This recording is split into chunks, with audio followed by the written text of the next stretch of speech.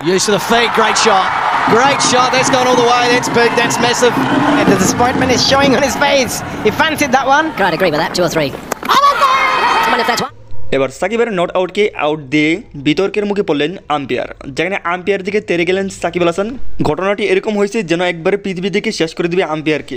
প্রিয় দর্শক, তার পাশাপাশি সাকিব আল হাসান বিশাল বড় একটা ছক্কা মেরে যেন জরিমানার মুখে পড়ে গেলেন। হ্যাঁ প্রিয় দর্শক, বিশাল বড় একটি ছক্কা মেরে 65 লক্ষ টাকার ক্যামেরা ভেঙে ফেললেন সাকিব আল হাসান।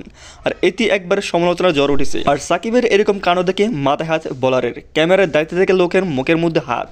আর ক্যামেরার দায়িত্বে থাকা দ্বিতীয় লোকটি যেন শুনতে পেয়ে পুরো একবার হতবাক হয়ে গেছে তার ক্যামেরা ভাঙার কারণে। 65 লক্ষ টাকার ক্যামেরা ভেঙে একবার লসের মধ্যে পড়ে দিয়েছে।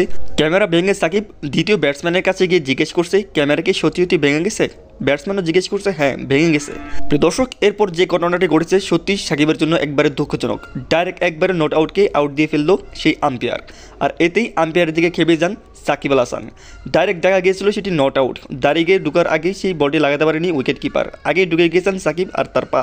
আর এতেই আউট দেন আম্পায়ার। সাথে সাথে একবার তেরে যান আম্পায়ারের দিকে সাকিব আল হাসান। ব্যাট উঠিয়ে দেখাচ্ছিল যে একবার পৃথিবী থেকে শেষ করে দেবে সেই আম্পায়ারকে। আর সাকিবের এরকম অবস্থা দেখে তৃতীয় আম্পায়ার ভয় পেয়ে একবার সেটিকে নট আউট দিয়ে ফেলে। প্রিয় দর্শক, সাকিব আল হাসান যে এত বিশাল বড় একটি ছক্কা মেরে 65 লক্ষ টাকার ক্যামেরা ভেঙে ফেলেছেন, এ নিয়ে আপনার মন্তব্য কী কমেন্ট করুন কমেন্ট বক্সে। যেখানে মুখে হাত, ক্যামেরা দায়িত্বে থাকে প্রথম এবং দ্বিতীয় লোক তো একবারে অবাক হয়ে গেছে এরকম একটি ঘটনা থেকে, কারণ তাদেরই তো দায়ভার নিতে হবে এরকম একটি ভাঙা ক্যামেরার জন্য।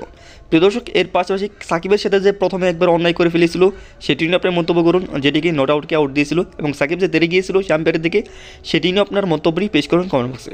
প্রিয় দর্শক, চ্যানেলটিতে নতুন হলে প্লিজ সাবস্ক্রাইব করে আমার পাশে থাকবেন। সবাই ভালো থাকবেন, সুস্থ থাকবেন, টেক কেয়ার, টেক লাভ।